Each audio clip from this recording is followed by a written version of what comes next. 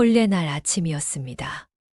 분홍 연지가 볼 위에 곱게 찍히고 쪽진 머리 위로 기름이 반질하게 발리며 붉은 치마 자락이 방 안 가득 펼쳐지던 그 아침이었지요. 이웃 여인들의 손이 바쁘게 오가고 족두리를 얹으려는 손끝이 막 신부의 머리 위로 올라가던 바로 그 순간이었습니다. 늙은 유모 봉순이 갑자기 방 안으로 뛰어들었습니다. 마님, 숨이 오늘은 목에 족두리 차오른 대신 걸음이었습니다. 조바위를 쓰십시오. 치맛자락이 흐트러질 지금 무슨 말을 만큼 하는 것이냐? 다급한 걸음이었지요. 두 손에는 혼례날 신부가 써야 할 족두리가 아니라 검은 비단 조바위 하나가 들려 있었습니다. 이마와 뺨을 감싸는 조바위였지요. 화려한 족두리와는 달리 수수하고 깊은 빛을 품은 것이었습니다. 봉순이 신부 앞에 멈춰 서더니 떨리는 숨을 겨우 고르고 입을 열었지요. 마님, 오늘은 족두리 대신 조바위를 쓰십시오. 방 안이 순간 조용해졌습니다. 족두리를 들고 있던 여인이 눈을 크게 떴고 분을 바르던 여인의 손이 허공에서 멈추었습니다. 곧이어 이웃 여인들 사이에서 낮고 다급한 웅성거림이 번졌지요. 혼례날의 조바위라니 그게 무슨 불길한 소리냐는 말들이 창오지. 문 안의 따뜻한 공기를 잔물결처럼 흔들었던 셈이지요. 신부 옥비가 천천히 눈을 들었습니다. 연지가 오른 얼굴 위로 가늘게 눈살이 모였습니다. 봉순아, 지금 무슨 말을 하는 것이냐? 그러나 봉순의 눈빛은 흔들리지 않았습니다. 그 눈빛을 방 안의 모든 사람이 보았지요. 70평생을 몸으로 살아낸 여인의 눈빛이었습니다. 새벽 아궁이 앞에서 불을 지펴온 눈빛이었고 어린아이의 열을 밤새 손등으로 재어온 눈빛이었으며 남의 집 처마 아래서도 끝내 사람 하나를 지켜내겠다고 버틴 눈빛이었습니다. 그 눈빛 안에는 아직 아무도 모르는 무언가가 잠겨 있었지요. 그리고 봉수는 알고 있었습니다. 그 조바위 하나가 오늘 이 혼례를 무사한 연분으로 남길 수도 있었고 한 여인의 평생에 지워지지 않을 상처를 남길 수도 있다는 것을요. 힐링 야담을 찾아주셔서 깊이 감사드립니다. 구독과 좋아요는 사랑입니다. 오늘 들려드릴 이야기는 혼례나 아침, 늙은 유모, 봉순이 신부 옥비의 머리 위에 족두리 대신 조바위를 씌우면서 시작되는 이야기입니다. 왜 하필 조바위여야 했는지, 그 안에 무엇이 숨겨져 있었는지, 그리고 그 조바위 하나가 어찌하여 한 여인의 평생을 지키는 마음이 되었는지, 이제 오래전 조선의 어느 마당으로 함께 들어가 보겠습니다. 힐링 야담을 찾아주셔서 깊이 감사드립니다. 구독과 좋아요는 사랑입니다. 지금으로부터 100여 년 전 경상도 어느 고을에 하진사라 불리는 선비가 살고 있었습니다. 가문은 오래되었으되 살림은 넉넉지 못하였습니다. 낡은 기와집 한 채와 논 몇 마지기, 그리고 사랑채 벽을 따라 층층이 쌓인 서책들이 그 집안의 전부라 해도 과언이 아니었지요. 젊은 시절에는 한양으로 올라가 과거의 뜻을 두기도 하였으나 끝내 급제하지 못하고 고향으로 돌아온 뒤로는 글 읽는 일과 제사 모시는 일, 그리고 가난한 체면을 지키는 일로 세월을 견디는 사람이었습니다. 그 집에 아이가 하나 태어났습니다. 이름은 옥비. 옥처럼 맑고 비단처럼 곱게 자라라는 뜻으로 붙인 이름이었습니다. 그러나 그 이름이 처음 불리던 날, 그 집에는 기쁜 일과 슬픈 일이 한나란시에 함께 들이닥쳤습니다. 하나는 새 생명이 울음을 터뜨리며 세상에 나온 일이었고, 다른 하나는 그 아이를 낳은 어미가 끝내 눈을 감고만 일이었지요. 봄비가 지붕 위를 조용히 두드리던 밤이었습니다. 갓 태어난 아이의 가느다란 울음소리가 안채를 지나 행랑채 끝까지 번져나갔고, 그 울음소리가 잦아들 무렵 안채 안쪽에서는 또 다른 울음이 터져 나왔습니다. 산파가 먼저 알아차렸고 그 다음은 봉순이 알았지요. 아이를 낳은 여인이 끝내 숨을 놓았다는 것을요. 봉순은 하진사 집의 유모였습니다.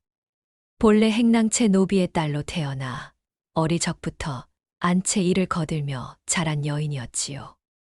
손은 빠르고 눈치는 밝아 집안 여인들이 무엇을 필요로 하는지 말하지 않아도 먼저 알아채는 사람이었습니다. 봉수는 마을 젊은 안악들에게 젖동량을 다니며 옥비에게 젖을 얻어먹이며 한순간도 옥비가 배고프지 않게 온갖 정성을 들여 키워나갔습니다. 하진사가 미안한 얼굴로 그토록 희생해줌에 고마움을 표했을 때 봉수는 고개만 저었습니다. 보상을 바라서 한 일이 아니었습니다. 그저 제 품에 안긴 작은 것의 울음이 차마 모른 척할 수 없는 울음이었기 때문이었지요. 그렇게 하여 옥비에게는 봉순이 어미가 되었습니다. 봉순의 품은 어린 옥비에게 곧 세상이었습니다. 배가 고프면 달려가 얼굴을 묻던 곳도 그 품이었고, 무서운 꿈을 꾸고 새벽에 잠이 깼을 때 두 손으로 더듬어 찾던 곳도 그 품이었습니다. 옥비가 처음 걸음마를 뗀 것도 봉순의 두 손가락을 붙들고서였고, 처음으로 글자라는 것을 깨친 것도 봉순이 뒤뜰 모래 위에 나뭇가지로 글자를 그려 보이며 가르쳐 준 덕분이었지요. 봉순이 땅 위에 고자를 쓰면 옥비는 그 옆에 더 작은 손으로 고자를 따라 그었습니다. 봉순의 손이 굵고 투박하여 글씨가 삐뚤게 기울면 옥비는 까르르 웃으며 말하곤 하였습니다. 봉순아, 내가 더 잘 쓴다. 그 말이 떨어질 때마다 봉순의 입가에도 저절로 웃음이 번졌습니다. 아이의 웃음은 맑은 우물물처럼 집안의 어두운 곳까지 환하게 적셔 놓곤 하였지요. 옥비가 5살 되던 해 가을이었습니다. 누렇게 익은 들판이 양옆으로 끝없이 펼쳐진 오솔길을 두 사람은 발을 맞추어 천천히 걷고 있었습니다. 코스모스가 길섭해서 바람에 흔들리고 낮은 하늘 아래 햇빛은 미지근하고 평화로웠지요. 아이는 손가락으로 벼이삭을 가리키며 이름을 묻고 지나가는 나비를 보고 그 나비는 왜 저리 가벼운지 묻고 하늘에 떠가는 구름을 보며 저건 무엇을 닮았느냐고 쉼 없이 물었습니다. 봉수는 그것을 하나하나 대답해 주며 걸었지요. 그러다 아이가 문득 걸음을 멈추었습니다. 봉수나, 왜 그러십니까, 아기씨? 아이는 들판 너머 바람을 한번 바라보더니 봉순을 올려다보았습니다. 나는 어미가 없어도 슬프지 않아. 봉순이 있으니까. 봉순은 그 자리에서 걸음을 멈추고 말았습니다.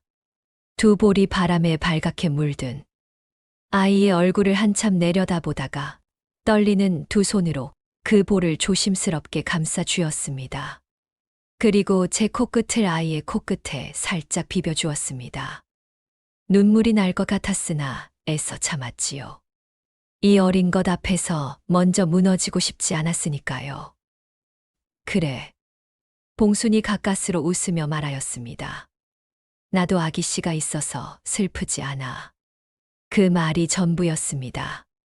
그러나 그 짧은 말 한마디는 그 가을 오솔길에서 두 사람 사이에 조용하고도 깊은 마음의 씨앗 하나를 심어 놓았습니다. 가뭄이 와도 서리가 내려도 세월이 수없이 밟고 지나가도 쉬 뽑히지 않을 씨앗이었지요. 옥비가 12살 되던 해봄 하진사가 쓰러졌습니다. 이미 오래전부터 기침이 잦았습니다. 새벽이면 사랑채 쪽에서 마른 기침 소리가 몇 차례씩 흘러나왔고 봉순이 약재를 다려가져다 드리면 진사는 괜찮다며 손사래를 치곤 하였습니다. 아픈 티를 내는 것이 싫었는지 어린 딸아이에게 걱정을 끼치는 것이 싫었는지 봉수는 끝내 묻지 않았습니다. 다만 기침 소리가 날수록 진사의 어깨가 눈에 띄게 야위어가는 것을 모른 척할 수 없었을 뿐이었지요. 그러던 어느 봄비 내리던 아침이었습니다. 봉순이 마당을 쓸고 있는데 사랑채 쪽에서 묵직한 소리가 하나 들렸습니다. 사람 몸이 바닥에 무너질 때 나는 듣기 싫은 소리였지요. 봉수는 빗자루를 내던지고 달려갔습니다. 진사는 서책상 옆으로 쓰러져 있었습니다. 봉순이 놀라 두 팔로 진사의 몸을 안아 일으켰을 때 그 몸은 믿기 어려울 만큼 가벼웠습니다. 사람의 몸이 이토록 가벼워질 때까지 제 눈앞에 두고도 알아차리지 못했다는 사실이 봉순의 가슴을 사정없이 치고 말았습니다. 봉순은 옥비를 사랑채에 들이지 않았습니다. 어린 것이 이 모습을 보면 그 마음에 평생 지워지지 않을 상처가 남을 것만 같았기 때문이었지요. 옥비는 행랑채 아래 조용히 앉아 있었고 봉순은 사랑채를 오가며 진사의 곁을 지켰습니다. 사흘 동안 봉순은 뜬 눈으로 밤을 지새웠습니다. 뜨거운 행주로 이마를 닦아드리고 식어버린 죽을 다시 데워 한 숟가락씩 입안에 넣어드리고 혹여 숨이 멎을까 밤마다 몇 번이나 진사의 가슴 쪽에 손을 얹어 숨결을 확인하였습니다. 등잔불은 밤이 깊을수록 가늘고 위태롭게 흔들렸고 방 안은 봄이라 하기엔 아직 너무 차가웠습니다. 바깥에서는 빗소리가 처마 끝에서 뚝뚝 떨어져 마당에 흙을 적셨지요. 사흘째 되던 밤이었습니다. 진사가 눈을 떴습니다. 등잔불빛이 그 눈동자 안에서 가늘게 흔들렸습니다. 진사는 곁에 앉아있던 봉순의 손을 찾아 더듬더니 뼈만 남은 손으로 꽉 붙잡았습니다. 놀라울 만큼 단호한 힘이었지요. 봉순아. 예, 나리. 진사는 입술을 달싹이다가 겨우 말을 이었습니다. 옥비를 부탁한다. 방 안이 조용하였습니다. 빗소리가 먼 데서 들렸지요. 봉수는 고개를 깊이 숙였습니다. 눈물 한 방울이 진사의 손등 위로 뚝 떨어졌습니다. 봉수는 그 눈물을 소매로 닦으려 했으나 진사가 손을 놓지 않았습니다. 이 몸이 목숨 다하는 날까지 아기씨 곁에 있겠습니다. 진사는 그 말을 듣고서야 아주 천천히 눈을 감았습니다. 그리고 그 이튿날 새벽 빗소리가 다시 조금 굵어지기 시작할 무렵 조용히 숨을 거두고 말았습니다. 옥비는 아버지의 시신 앞에서 소리 한 번 내지 못한 채 울었습니다. 입술은 꼭 다문 채였으나 어린 어깨가 자꾸만 들썩였고 눈가에 차오른 물기는 턱 끝까지 흘러내려 떨어지고 있었습니다. 12살짜리 아이가 그토록 소리 없는 울음을 견디는 것이 봉순에게는 오히려 큰 통곡보다 더 사무치게 아팠던 셈이지요. 봉순은 아무 말 없이 아이의 등 뒤로 다가갔습니다. 그리고 두 손을 가만히 얹은 뒤 겁에 질린 어린 새를 달래듯 등을 위에서 아래로 천천히 쓸어내렸습니다. 한 번, 두 번, 세 번. 그것이 봉순이 할 수 있는 전부였습니다. 빗소리가 마당에서 낮고 고요하게 울었지요. 하진사가 눈을 감고 채보름도 지나지 않았을 때였습니다.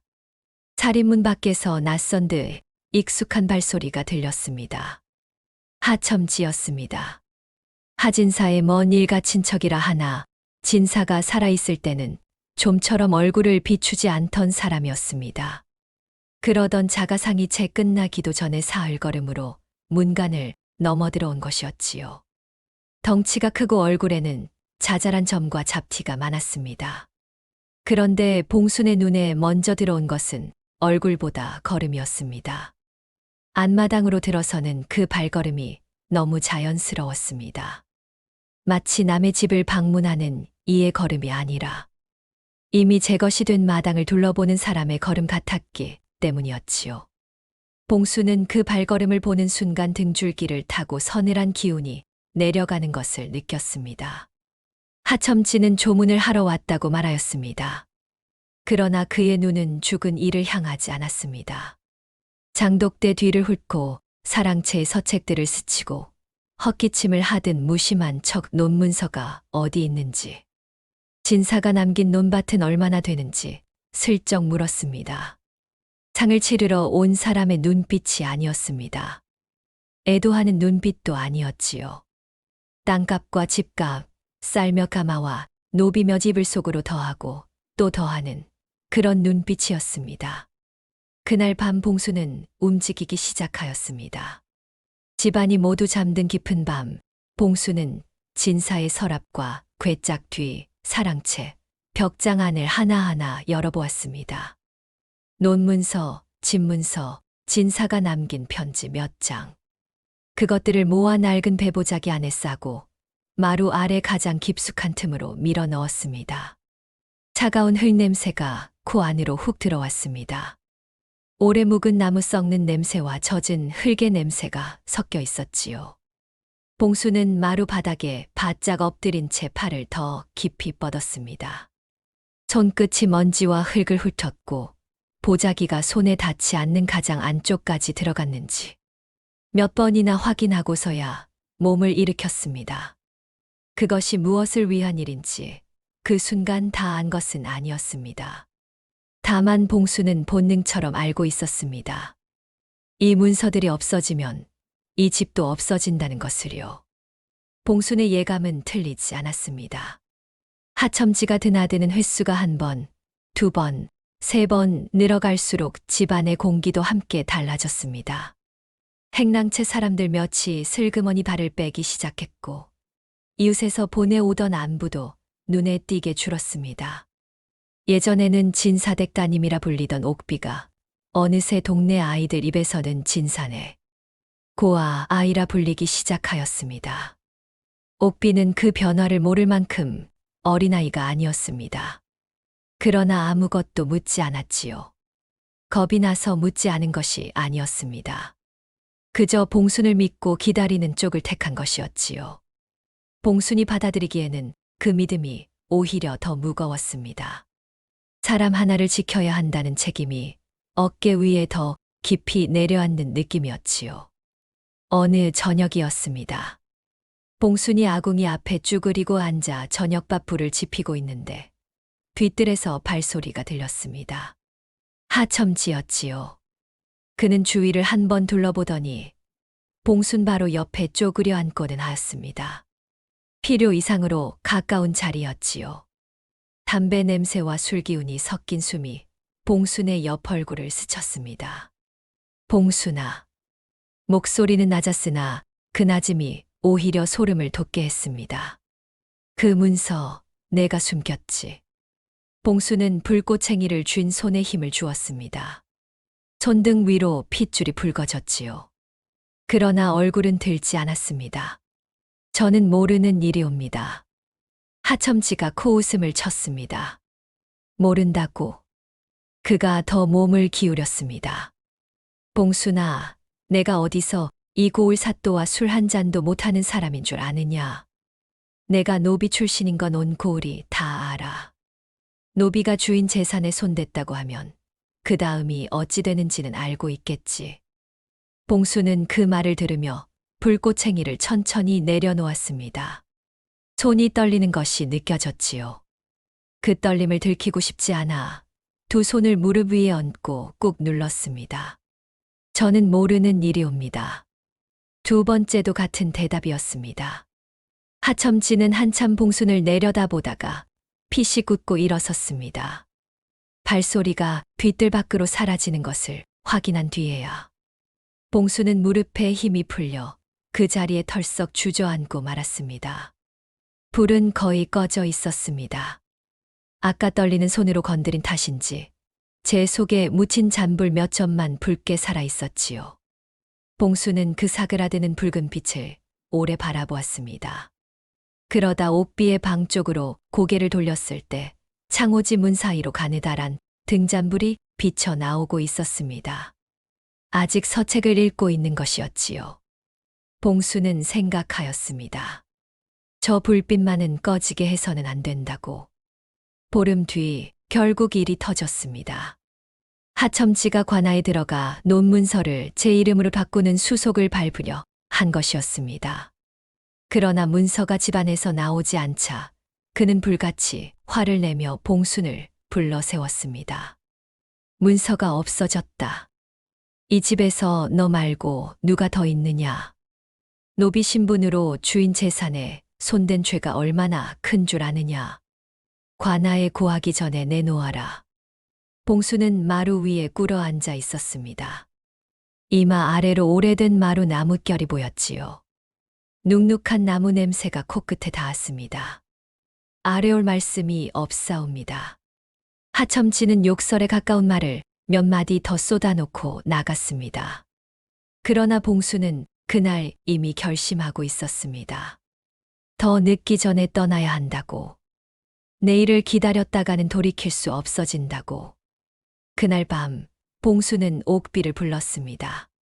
등잔도 켜지지 않은 방 안이었지요. 창호지 너머로 달빛만 희미하게 번지고 있었습니다. 아기씨. 응. 옥비가 책에서 고개를 들었습니다. 오늘 밤 이 집을 떠나야 하옵니다. 지금 당장. 잠시 정적이 흘렀습니다. 그러나 옥비는 이유를 길게 묻지 않았지요. 봉순의 얼굴을 한번 바라보더니 그대로 자리에서 일어났습니다. 오랜 세월을 함께 산 사람만이 할 수 있는 믿음이었습니다.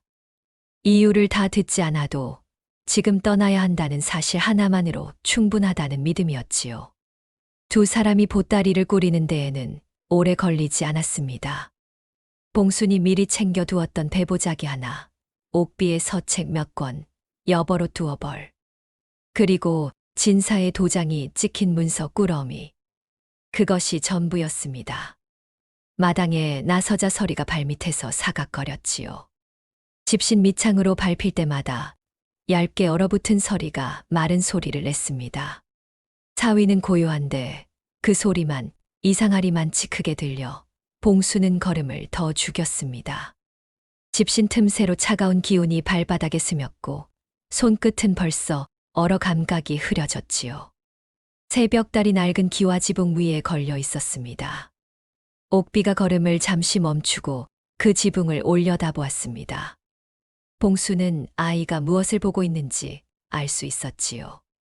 아버지의 기침 소리가 새어 나오던 사랑채 창문, 어린 시절 모래 위에 글자를 쓰던 뒤뜰, 비 오는 날. 처마 끝에 매달린 물방울을 한참 들여다보던 그 마다. 아이의 12해가 모두 그 지붕 아래 있었던 셈이지요. 그러나 옥비는 울지 않았습니다. 울어버리면 정말 다시는 돌아오지 못할 것만 같아서. 아이는 입술 안쪽을 조용히 깨문 채 봉순의 손을 더 꼭 움켜쥐었을 뿐이었지요. 봉순은 그 손을 마주 쥐었습니다. 서로의 손바닥은 차가웠지만 그 차가움 안에도 놓지 않겠다는 의지가 있었지요.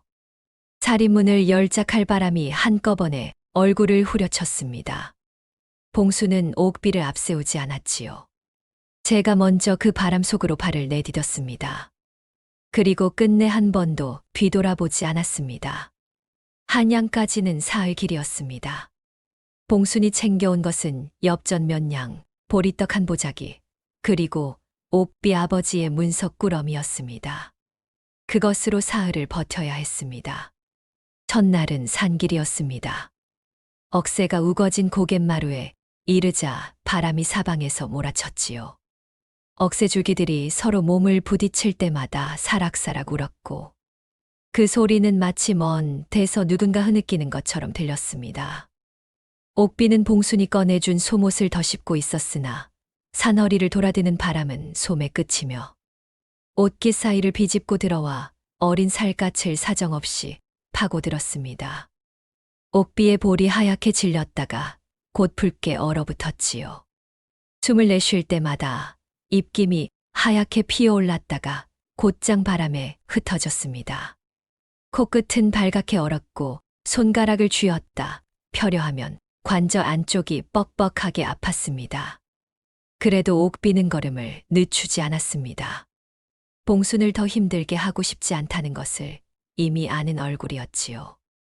봉순은 등에 맨 보자기를 고쳐들고 제 소못 자락을 풀어 옥비 어깨에 한 겹 더 감싸 주었습니다.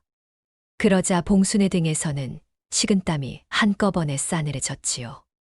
그러나 봉순은 춥다는 말을 입 밖에 내지 않았습니다.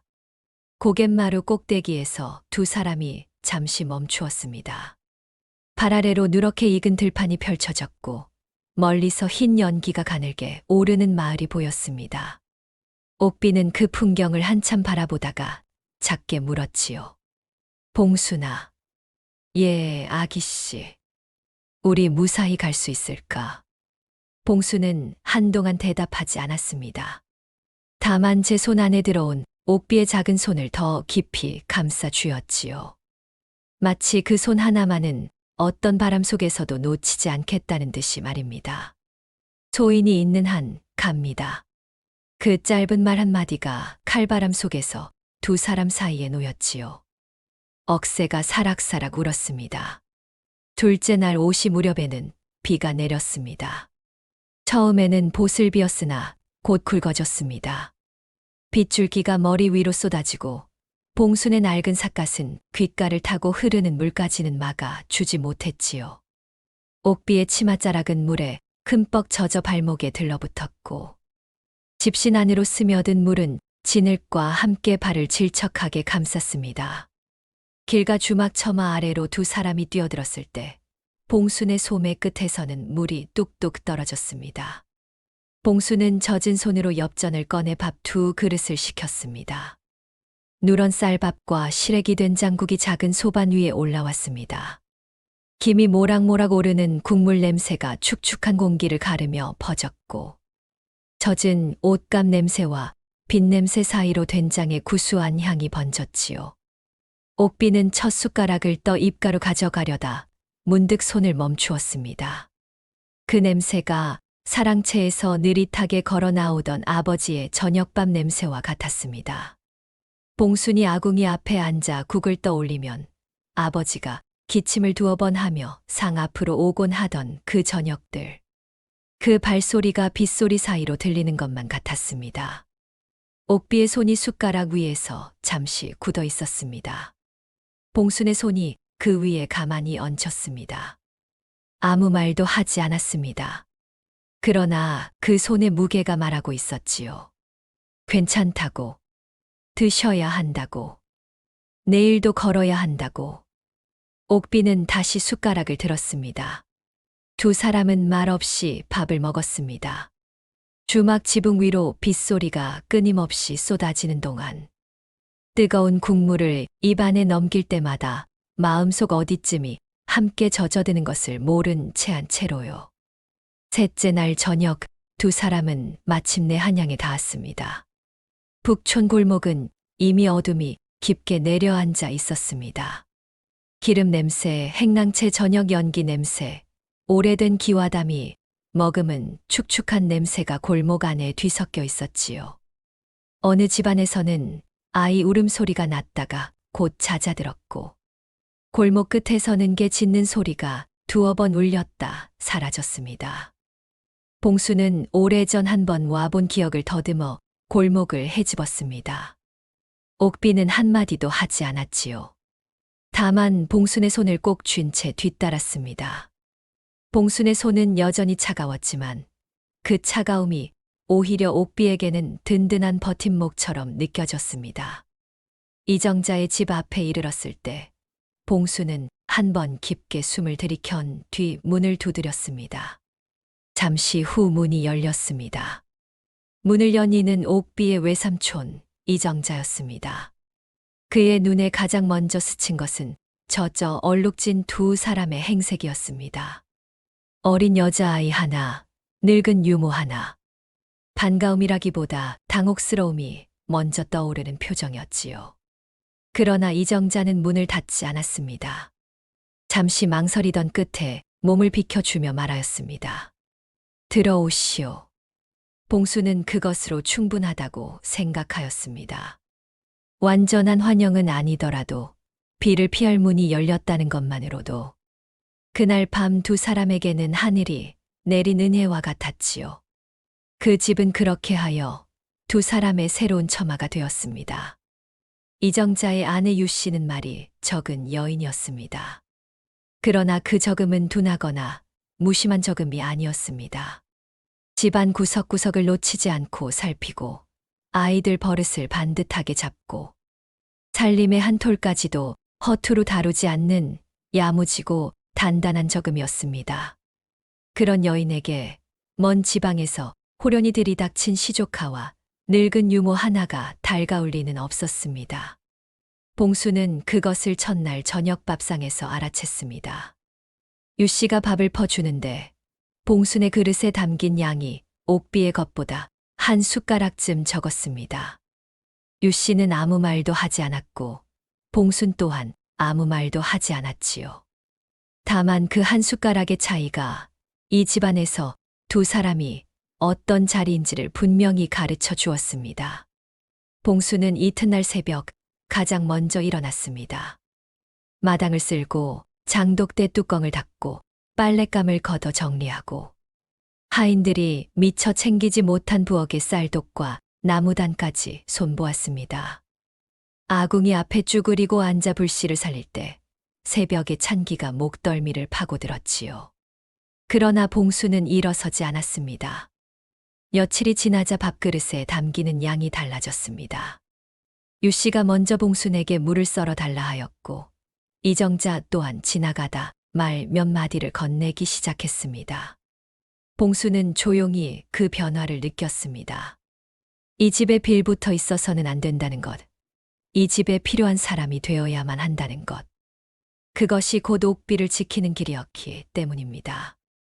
옥비는 이정자의 배려로 사랑채 한편에 자리를 얻어 글공부를 하게 되었습니다. 어느 날 지나가던 훈장이 마당에서 서책을 읽는 옥비를 보고는 먼저 말을 꺼냈습니다. 아이가 글을 아는구나. 자리를 같이 써도 되겠소이다. 봉수는 그 말을 아궁이 앞에서 들었습니다. 솥뚜껑을 손에 든 채 잠시 움직이지 못하고 말았습니다. 눈물이 날 것 같아 고개를 들지 못하였으나 억지로 삼켰지요. 이 아이가 글을 배울 수 있다면, 이 아이가 빈손으로 세상에 서지 않아도 된다면 그것만으로도 다행이었습니다. 옥비는 총명하였습니다. 하나를 가르치면 10가지를 깨달았습니다.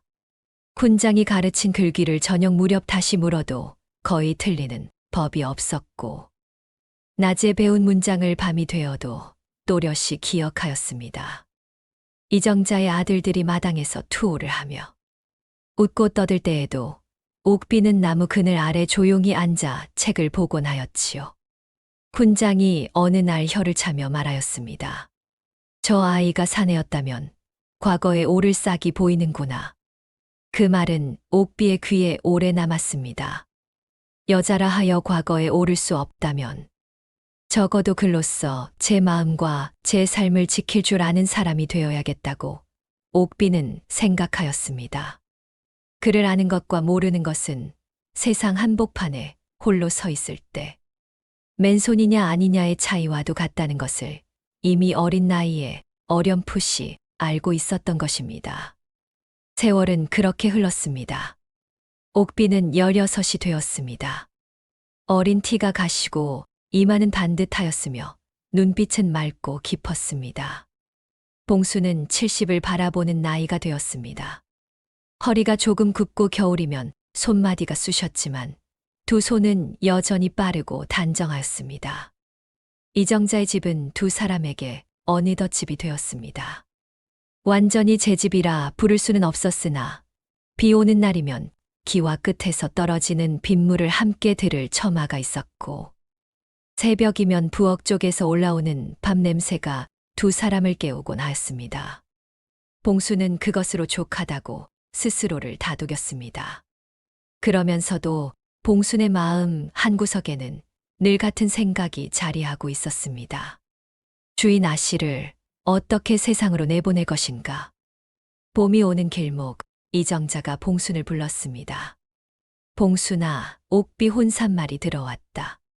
남촌에서 약방을 하는 성씨 집안의 장남이라고 하였습니다. 인물도 반듯하고 집안도 번듯하며 학식도 갖추었다는 말이 따라왔지요. 그러나 봉수는 즉시 고개를 끄덕이지 않았습니다.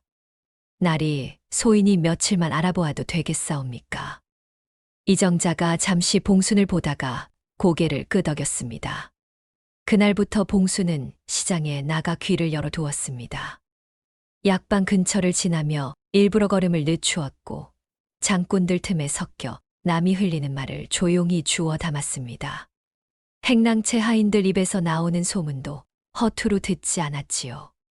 열흘쯤 지나 봉순이 알아낸 것은 이것이었습니다. 성중달, 24. 출버릇이 좋지 않고 아랫사람에게 함부로 소리를 치는 일이 잦으며 이미 첩 하나를 들여놓았다는 것이었지요.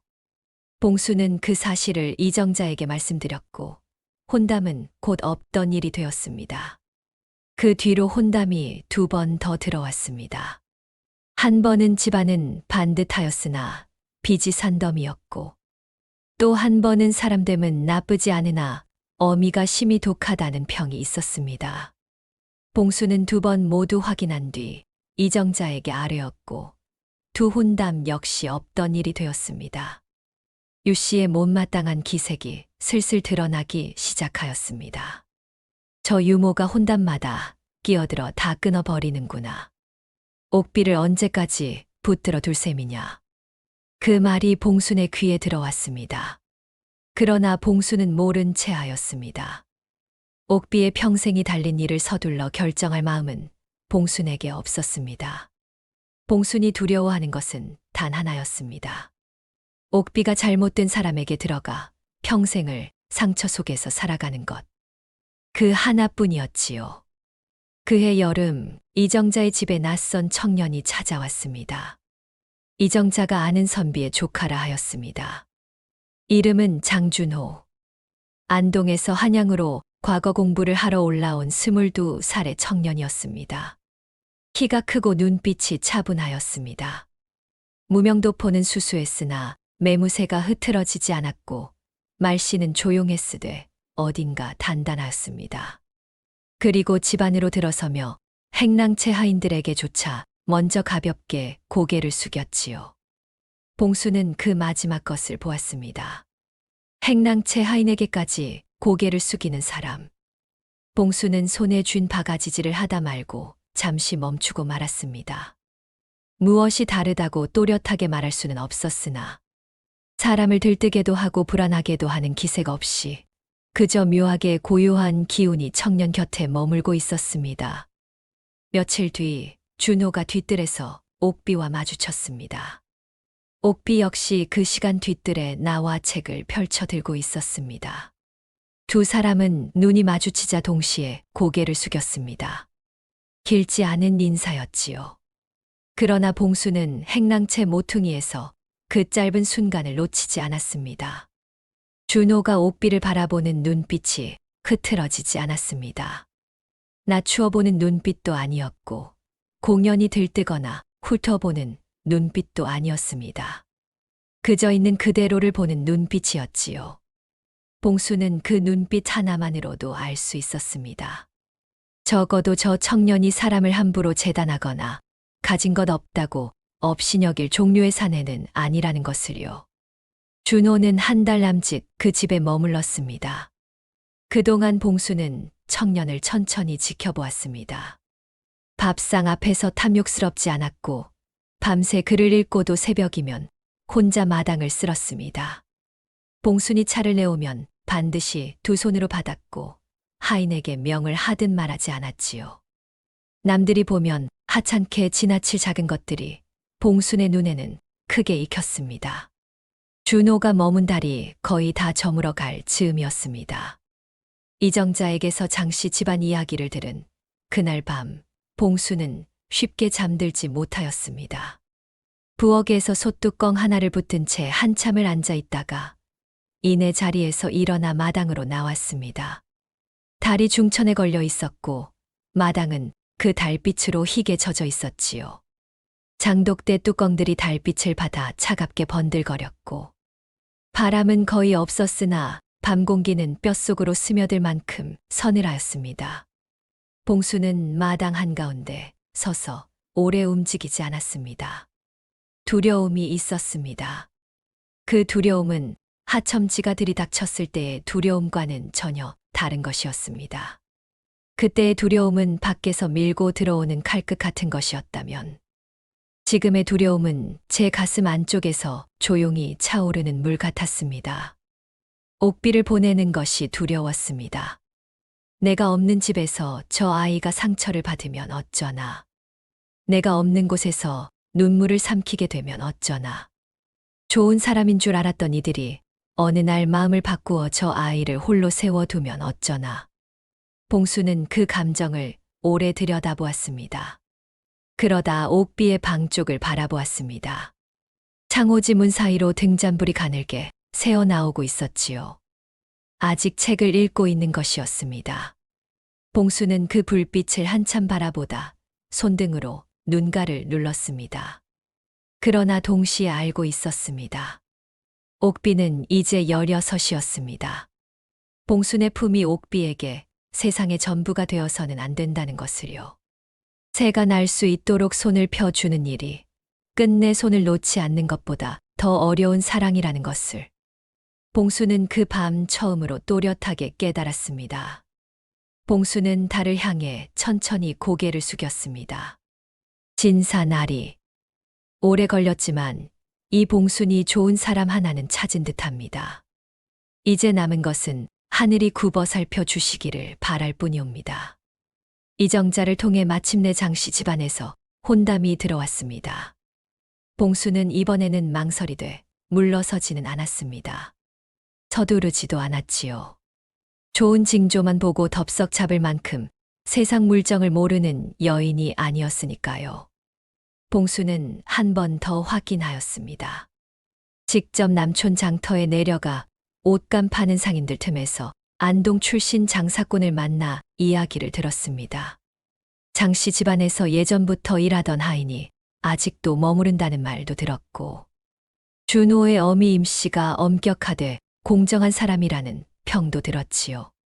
오래 머무르는 하인이 있다는 것은 함부로 사람을 내치지 않는 집안이라는 뜻이었습니다. 봉수는 그런 것까지 놓치지 않았습니다. 며칠 뒤 봉수는 이정자에게 말하였습니다. 날이 소인은 괜찮다고 생각하옵니다. 이정자는 오랜만에 가볍게 웃으며 고개를 끄덕였습니다. 그럼 나를 잡자꾸나. 그리하여 혼산날이 정해졌습니다. 혼산날이 잡힌 뒤 봉수는 조용히 움직였습니다. 겉으로 보기에는 여느 집의 유모와 다를 바 없었습니다. 혼수에 들어갈 천을 살피고 붉은 치마 자락이 잘못 접히지 않았는지 확인하고 잔칫날 쓰일 그릇에 술을 헤아리는 듯 보였지요. 그러나 봉순이 진짜로 공을 들인 것은 따로 있었습니다. 밤마다 바느질을 하였습니다. 검은 비단 한 조각을 무릎 위에 펼쳐놓고 등잔 아래 앉아 조바위를 만들었습니다. 조바위란 이마와 뺨을 감싸는 방한용 쓰개였습니다. 홀레날 쓰는 화려한 족두리와는 결이 달랐지요. 봉수는 그 조바위 안쪽에 솜을 두어 따뜻하게 만들고 테두리에는 옥빛 실로 작은 매화 한 가지를 수놓았습니다. 봉순의 바늘질은 빠르지 않았습니다. 손마디가 굵고 눈도 예전 같지 않아 가느다란 실을 바늘 귀에 꿰는 일조차 몇 번이나 실패하곤 하였습니다. 그러나 봉수는 포기하지 않았습니다. 한 잎, 두 잎, 세 잎. 매화잎 하나를 놓을 때마다 손끝이 떨렸으나 그 떨림을 다스리며 끝내 바늘을 움직였지요. 매화가 완성되던 날 밤, 봉수는 그것을 무릎 위에 올려놓고 오래 바라보았습니다. 그리고 작은 종이 한 장을 꺼냈습니다. 봉순의 글씨는 고르고 반듯하지 못하였습니다. 삐뚤고 떨렸으며 어떤 글자는 획이 번져 있었지요. 평생 두 손으로는 수많은 일을 해왔으나 글만큼은 마음만 앞설 뿐 손이 그 마음을 다 따라가지 못한 흔적이었습니다. 봉수는 그 글씨로 천천히 몇 줄을 적었습니다. 다 적은 뒤에는 종이를 아주 작게 접었습니다. 그리고 조바위 안쪽 이마가 닿는 자리 옆솜 사이에 보이지 않게 숨겨 넣었습니다. 손끝으로 몇 번이고 눌러보아 밖에서 티가 나지 않는지 확인하였지요. 그 조바위를 다시 두 손으로 감싸 쥐었습니다. 솜이 따뜻한 것인지 봉순의 손바닥이 따뜻한 것인지 그 순간 봉순 스스로도 분간할 수 없었습니다. 홀레날 아침이 밝았습니다. 살구꽃이 막 피기 시작한 초봄의 아침이었습니다. 이웃 여인들이 분주히 드나들고 붉은 치마와 노기홍상이 방 안 가득 펼쳐졌으며 함과 혼수 보따리가 사랑채와 안채를 오갔습니다. 웃음소리와 발소리, 그릇 부딪히는 소리가 집안 가득 번졌지요. 그 분주함 속에서 아무도 모르게 봉순의 귀로 소식 하나가 흘러들어왔습니다. 장씨 집안에서 어젯밤 늦게 큰형이 한양으로 올라왔다는 것이었습니다. 그리고 그 큰형이 이번 혼례를 못마땅해 한다는 말이었지요. 이유는 옥비의 처지였습니다. 아버지 없는 아이, 경상도 시골 진사의 딸, 든든한 친정도 세력도 없는 처지. 장준호 정도 되는 혼처라면 더 번듯한 집안에서 데려올 수 있는데 왜 굳이 이런 아이를 맞이하려 하느냐는 말이 오갔다고 하였습니다. 장준호가 그 말에 무엇이라 답했는지는 정확히 전해지지 않았습니다. 다만 아직 큰형의 마음이 완전히 누그러지지 않았다는 것. 혼례 직전까지도 일이 뒤집힐 수 있다는 것만은 분명했습니다. 봉순의 얼굴이 굳었습니다. 문틈 사이로 방 안을 보니 옥비는 아직 아무것도 모른 채 단장을 받고 있었지요. 분홍 연지가 볼 위에 찍히고 머리카락에는 기름이 발리며 새 비단 저고리의 소매가 햇빛을 받아 은은하게 빛나고 있었습니다. 봉수는 마당 한가운데로 나왔습니다. 찰국꽃 그림자가 클바닥에 가늘게 흔들리고 있었지요. 봉수는 그 자리에서 잠시 눈을 감았습니다. 만일 지금 미혼례가 깨지면 옥비의 이름은 이 마당에서 끝장날지도 몰랐습니다. 혼례 직전 파혼당한 여인이라는 말은 평생 꼬리표처럼 따라붙을 것이었습니다. 사람의 말은 칼보다 오래가는 법이니까요. 봉수는 손에 조바위를 들고 방 안으로 들어갔습니다. 그리고 모두가 보는 앞에서 말하였습니다. 마님, 오늘은 족두리 대신 조바위를 쓰십시오. 방 안의 웅성거림이 커졌습니다. 옥비가 눈살을 살짝 모았지요. 그러나 봉수는 그 모든 소리를 밀어내듯 옥비 앞에 무릎을 꿇었습니다. 마님, 소인을 믿으십시오. 옥비는 봉순의 눈을 보았습니다. 그 눈빛 안에 있는 것을 읽었지요. 두 사람만이 알아볼 수 있는 오랜 세월이 아니고서는 읽어낼 수 없는 신호 같은 것이었습니다. 옥비는 끝내 천천히 고개를 끄덕였습니다. 봉수는 조바위를 옥비의 머리 위에 조심스럽게 씌웠습니다. 검은 비단이 이마와 뺨을 감싸자 옥빛 매화 자수가 햇빛을 받아 은은하게 빛났습니다. 봉수는 매무새를 다듬는 척하며 손가락 끝으로 조바위 안쪽의 작은 종이가 제자리를 잘 지키고 있는지 한 번 더 확인하였습니다. 그러고도 끝난 것이 아니었습니다. 봉수는 방을 나서면서 이웃 여인 하나를 조용히 불렀습니다. 장씨 집안 큰형이 어디 머무는지 아는 여인이었지요. 봉수는 품속에서 오래된 편지 몇 장을 꺼내 그 손에 쥐어 주었습니다. 하진사가 살아생전 죽은 아내의 기일마다 써두었던 편지들이었습니다. 딸아이가 오늘 어떤 글을 읽었는지, 키가 얼마나 자랐는지, 웃을 때 누구를 닮았는지, 훗날 혼인할 날이 오면 어떤 집으로 보내고 싶은지 적힌 누구에게 보이려 쓴 것도 아닌 편지들이었지요. 봉수는 경상도 집을 떠날 때 그 편지들을 가장 깊숙이 품어 가져왔습니다. 이것을 장씨 큰날이께 전해 주십시오. 여인이 놀란 눈으로 봉순을 보았습니다. 봉수는 낮은 목소리로 덧붙였습니다. 아버지 없는 아이가 어떤 아이인지 그분이 아실 필요가 있을 듯하여서요. 여인은 아무 말 없이 편지를 받아들고 서둘러 돌아섰습니다. 봉수는 다시 혼례 마당으로 걸어 나왔습니다. 얼굴에는 아무것도 드러내지 않은 채로요. 혼례가 시작되었습니다. 신랑 장준호가 대문을 넘어 들어서는 것을 봉수는 행랑채 곁에서 지켜보았습니다. 얼굴은 반듯하였고 걸음은 흔들림이 없었습니다. 잔칫날에 들뜬 기색보다도 무언가를 지켜내겠다는 고요한 단단함이 더 먼저 느껴지는 얼굴이었지요.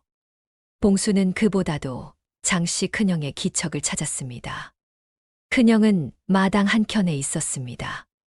처음에는 팔짱을 낀 채 굳은 얼굴이었으나 어느 순간 그 팔이 스르르 풀렸습니다. 손에는 펼쳐진 편지 몇 장이 들려 있었고 시선은 혼례청 안쪽을 향해 멈춰 있었지요. 봉수는 그 얼굴을 보았습니다. 아까까지 반대와 체면과 계산으로 굳어있던 얼굴 위에 이제는 말로 설명하기 어려운 망설임과 부끄러움 같은 것이 스치고 있었습니다. 죽은 아비가 남몰래 써두었던 편지의 무게가 마침내 한 사내의 마음을 붙들어 세운 것이었지요. 한때 큰형이 몇 걸음 앞으로 나오려다 멈추는 순간이 있었습니다.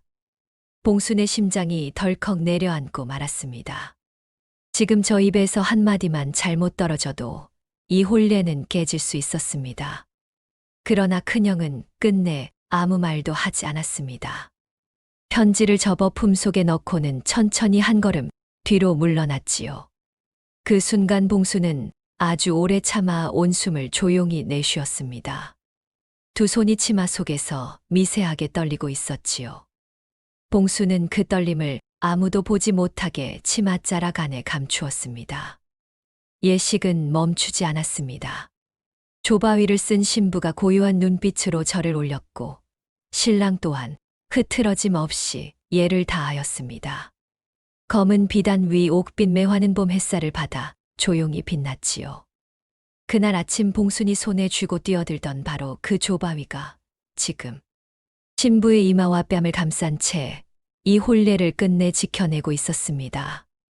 혼례가 끝나고 첫날 밤이 지난 다음 날 아침이었습니다. 옥비는 사람들을 물리고 봉순만 조용히 불렀습니다. 두 사람만 남은 방 안에는 봄 햇살이 창호지 문을 통과해 부드럽게 번지고 있었지요. 옥비는 어젯밤 벗어둔 조바위에서 발견한 작은 종이를 꺼내 보였습니다. 봉순아, 이게 뭐야? 봉순은 그 종이를 받지 않았습니다. 그저 조용히 말하였습니다. 읽어 보십시오. 옥비는 종이를 펼쳤습니다. 봉순의 삐뚤삐뚤하고 떨리는 글씨가 눈앞에 나타났습니다. 마님, 이 봉순이 마님과 함께한 세월 동안 배운 것이 있다면 이것입니다. 어떤 집에 들어가시더라도 마님은 마님의 뜻을 잃지 마십시오. 사랑받기 위해 자신을 지우지 마십시오. 낮추어도 되지만 없어지면 안 됩니다. 그리고 마님을 진심으로 대하지 않는 사람 앞에서는 조바위를 쓰십시오. 조바위는 이마를 가리는 것이 아니라 마음을 지키는 것입니다. 이 봉순이 언제나 곁에 있겠사옵니다. 옥비는 그 종이를 한동안 내려다만 보았습니다. 글씨 하나하나가 반듯하지 못하고 떨려 있었으나 그래서 더 마음이 아팠습니다. 글씨라기보다 봉순의 손끝과 세월이 그대로 남아있는 것처럼 보였던 것입니다. 물기가 한 방울 종이 위에 떨어졌습니다. 그 위로 또 한 방울이 떨어졌지요. 옥비는 입술을 꽉 깨물었습니다. 눈썹 끝이 떨렸습니다. 봉순아. 봉순이 고개를 들었습니다. 어젯밤에 큰형이 반대했었다는 것 알고 있었어. 봉순은 잠시 아무 말도 하지 않았습니다.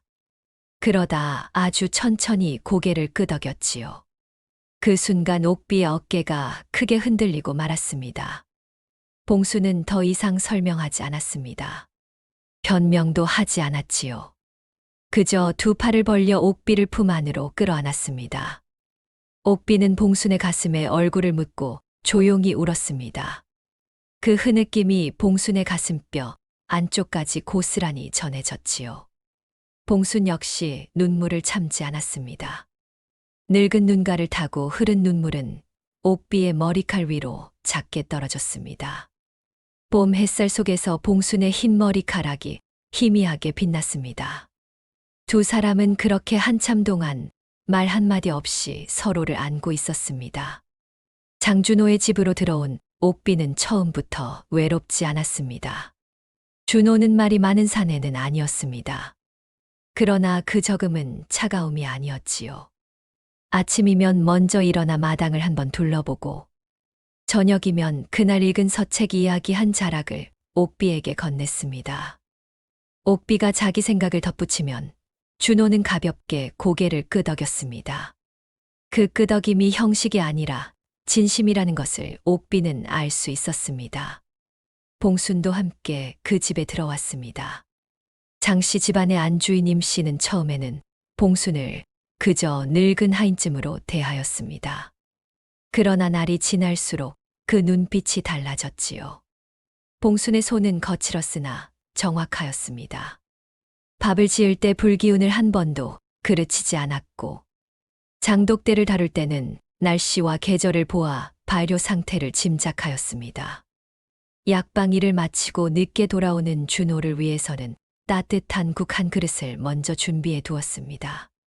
아이가 기침을 하면 밤새 이마를 짚었고, 집안의 어느 한 구석도 허투루 지나치지 않았지요. 그 모든 것이 티내지 않고 이루어졌습니다.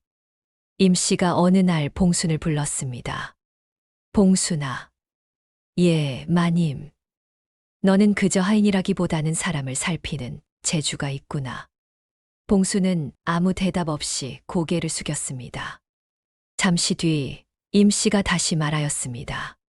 이 집에서 식구처럼 지내거라. 그 한마디를 듣는 순간 봉순은 고개를 더 깊이 숙였습니다. 눈가에 맺힌 물기를 들키고 싶지 않았기 때문이었지요. 그러나 세상은 그리 쉽게 완전한 고요를 허락하지 않았습니다. 옥비가 장씨 집에 들어온 지 2해가 지날 무렵 경상도에서 관리 하나가 한양으로 올라왔습니다. 그 손에 들린 서류에는 옥비의 이름이 적혀 있었지요. 하첨지였습니다. 그는 살아 있었고 여전히 옛 재산에 대한 욕심을 버리지 못하고 있었습니다. 봉순이 어린 옥비를 데리고 도망칠 때 논문서를 훔쳐갔으며, 봉순은 노비로서 마땅히 죄를 받아야 한다는 내용이었습니다. 관아에서 사람이 왔다는 말이 집안에 들어왔을 때 옥비의 입술이 하얗게 질렸습니다. 봉순아. 봉순은 애써 태연한 얼굴을 하였습니다. 마님, 걱정 마십시오. 그러나 무릎 위에 가지런히 포개어둔 손등 위로는 힘줄이 툭 붉어져 있었고, 손끝은 제 뜻과 달리 미세하게 떨리고 있었지요. 장준호가 나섰습니다. 그는 이미 과거에 올라 아전으로 일하고 있었습니다. 사람을 다루는 법도 문서를 보는 법도 알고 있었지요. 준호는 먼저 경상도로 편지를 보내 하첨지의 행적을 확인하였습니다. 돌아온 답서에는 이런 내용이 적혀 있었습니다. 하첨지는 진사가 세상을 뜬 뒤 그 집 재산을 가로채려 여러 차례 손을 뻗었던 자이며, 봉순이 가져간 문서는 훔친 것이 아니라 진사의 정식 문서였고, 그 사실을 아는 마을 사람 여럿이 증언할 수 있다는 것이었지요. 준호는 그 증언서와 문서를 챙겨 관아에 직접 들어갔습니다. 판관 앞에서 준호는 또렷한 목소리로 말하였습니다. 이 봉순이라는 여인은 주인이 돌아가실 때 따님을 반드시 보살피겠다고 약속하고, 그 약속을 10여 년 넘게 지켜온 사람입니다. 이 문서는 훔친 것이 아니라 탐욕스러운 자의 손에서 지켜낸 것입니다. 하첨지의 말보다 이 문서와 이 증언들이 더 분명한 진실을 말하고 있사옵니다. 판결은 봉순에게 유리하게 내려졌습니다. 하첨지의 주장은 근거가 없다고 하였습니다. 오히려 그가 진사사후 재산을 부당하게 가로채려 한 정황이 드러나 고을에서 이름을 잃고 말았다는 소문이 뒤따랐지요. 그 소식이 집안에 전해졌을 때 봉순은 마당 한가운데 서서 한동안 아무 말도 하지 못하였습니다. 옥비가 다가와 봉순의 손을 잡았습니다. 봉순의 손끝이 떨렸습니다. 그러나 이번의 떨림은 두려움이 아니었습니다. 오래 눌러두었던 응어리가 뒤늦게 풀릴 때의 떨림, 그런 것이었지요. 그 뒤로 세월은 조용히 흘렀습니다. 준호의 관직은 조금씩 높아졌고, 옥비는 두 아이의 어미가 되었습니다. 아들은 준호를 닮아 눈빛이 맑고 말수가 적었으며, 딸은 옥비를 닮아 이마가 반듯하고 웃을 때 눈매가 먼저 휘어졌지요. 봉수는 그 아이들을 키우는 일에 다시 온몸을 바쳤습니다. 아이들이 첫걸음을 뗄 때 붙잡은 것도 봉순의 손이었고, 처음으로 한글 자모를 배울 때 모래 위에 나뭇가지로 글자를 써준 것도 봉순이었습니다. 그 모습은 마치 옛날 어린 옥비 앞에 앉아있던 봉순의 시간을 다시 불러오는 듯하였지요. 옥비는 그 장면을 볼 때마다 가슴 안쪽이 뜨겁게 젖었습니다. 봉순의 허리는 해가 갈수록 더 굽어갔습니다. 무릎이 아프다고 하였고 겨울이면 손마디가 쑤신다고 하였습니다. 그러나 불평하는 일은 좀처럼 없었지요. 아이들이 배가 고프다 하면 가장 먼저 밥을 챙겼고 아이들이 열이 나면 밤새 곁에 앉아 이마를 짚었습니다. 어느 해 겨울이었습니다. 봉순이 처음으로 제 입으로 몸이 좋지 않다고 말하였습니다. 옥비는 크게 놀랐습니다. 평생 남의 걱정을 먼저 하고 제 아픔은 뒤로 미루던 봉순이었기 때문이었지요. 옥비는 봉순을 따뜻한 방에 눕히고 직접 쌀을 불려 미음을 쏘았습니다. 그릇을 식지 않게 품에 안고 들어와 작은 숟가락으로 조금씩 떠먹여 주었습니다. 봉수는 아무것도 필요 없다고 하였습니다. 그러나 옥비가 밤새 곁을 떠나지 않자 새벽이 깊어질 무렵 낮은 목소리로 입을 열었습니다. 마님. 응. 옥비가 얼른 봉순의 얼굴 쪽으로 몸을 기울였습니다. 소인이 마님 곁에 있어서 참 좋았습니다. 옥비는 대답하지 못하였습니다. 목구멍이 꽉 막혀 버렸기 때문이었지요. 대신 봉순의 손을 잡았습니다. 그 손은 거칠고 마디가 굵었습니다. 수십 해 동안 새벽 아궁이에 불을 지피고 젖은 빨래를 비틀어 짜고 어린아이를 안아 재우고 문석 꾸러미를 품속 깊이 숨긴 채 밤길을 달아나고 마당에 눈과 낙엽을 쓸어내고 남몰래 눈물을 훔쳐온 손이었습니다. 옥비는 그 손을 제 두 손으로 감싸 쥐었습니다.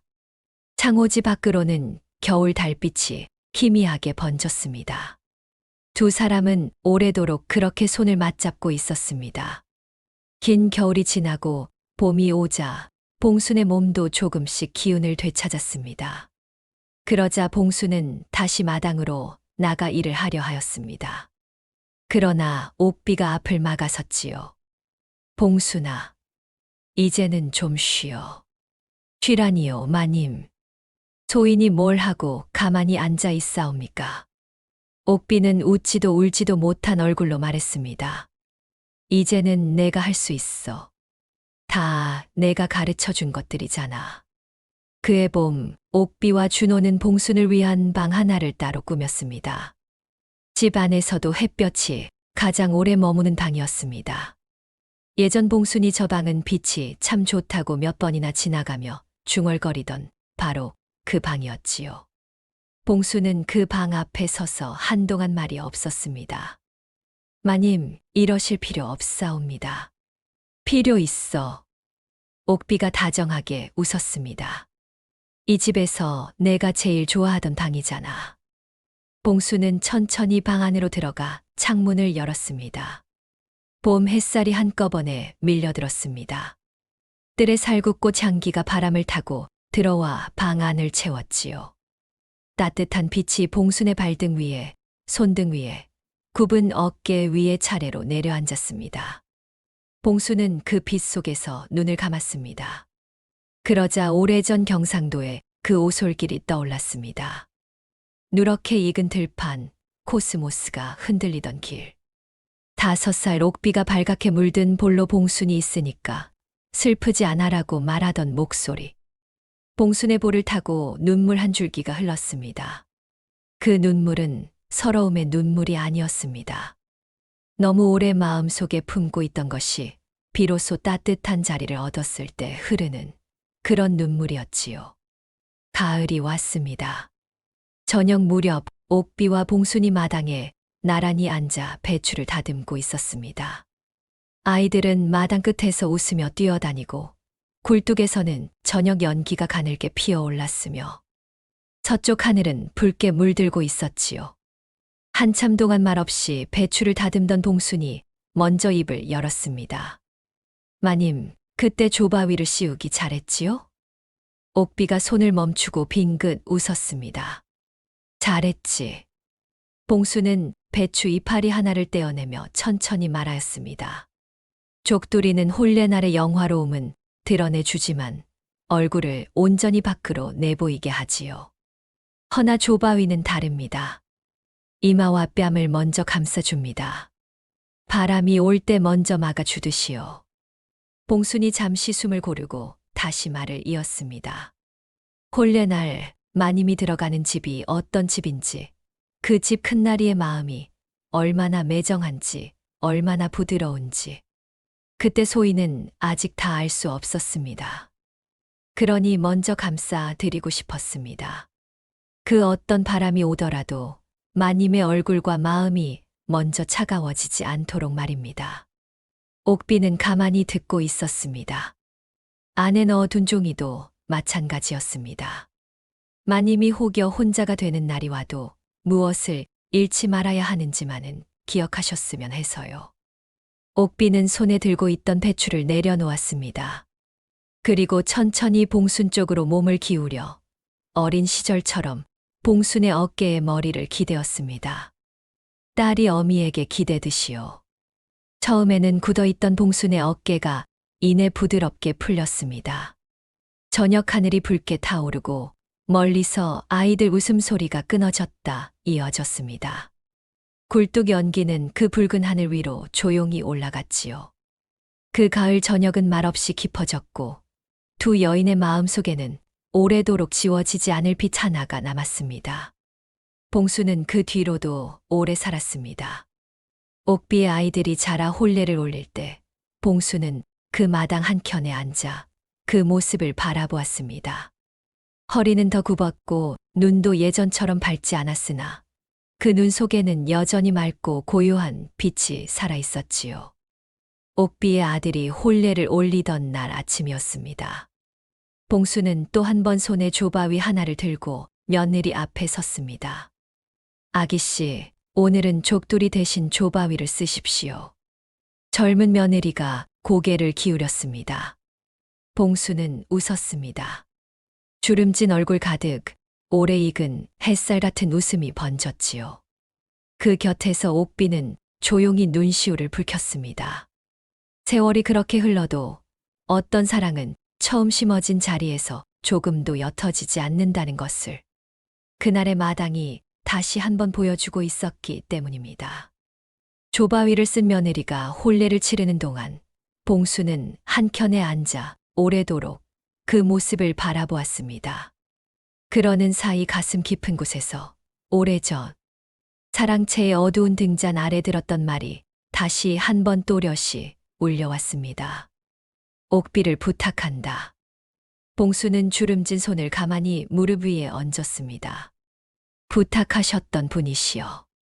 그날 사랑채 등잔 아래에서 남기신 그 말씀을 이 봉수는 하루도 잊은 적이 없사옵니다. 보시다시피 소희는 오늘도 여전히 마님 곁에 있사옵니다. 족두리는 화려하고 눈에 띕니다. 그러나 조바위는 감싸줍니다. 사람이 살아가며 맞닥뜨리는 수많은 바람 앞에서 겉모습을 돋보이게 하는 것보다 더 귀한 것은 먼저 마음을 감싸주는 힘인지도 모릅니다. 봉순이 옥비에게 씌워준 것은 조바위 하나가 아니었습니다. 그것은 수십 년 동안 쌓아 올린 사랑이었고 한 여인이 또 다른 여인에게 건네준 삶의 지혜였으며 피보다 깊은 정이 세월 속에서 어떻게 사람 하나를 지켜내는지를 보여주는 조용한 약속이었습니다. 낮은 자리에 있어도 마음이 높으면 귀한 사람이 됩니다. 지극한 정성은 끝내 하늘에 닿습니다. 그리고 진짜 가족이란 함께 고난을 견디며 한 사람의 평생을 끝까지 감싸주는 사람인지도 모릅니다. 오늘 이야기는 여기서 마치겠습니다. 봉순과 옥비 두 여인의 이야기가 여러분의 마음 한켠에 오래 남았으면 좋겠습니다. 오래전 조선의 어느 가을 마당에서 나란히 앉아 배추를 다듬던 그 두 사람처럼 우리 곁에도 말없이 오래 지켜준 사람이 한 명쯤 있다면 오늘만큼은 그 사람을 한번 떠올려 보는 것도 좋겠습니다. 이야기가 마음에 닿으셨다면 조용히 좋아요 한번 눌러주시고 댓글에 여러분의 생각도 남겨주세요. 여러분의 한마디가 이 채널이 다음 이야기를 이어가는 큰 힘이 됩니다. 다음에 또 좋은 이야기로 찾아오겠습니다. 오늘 밤도 편안히 쉬십시오.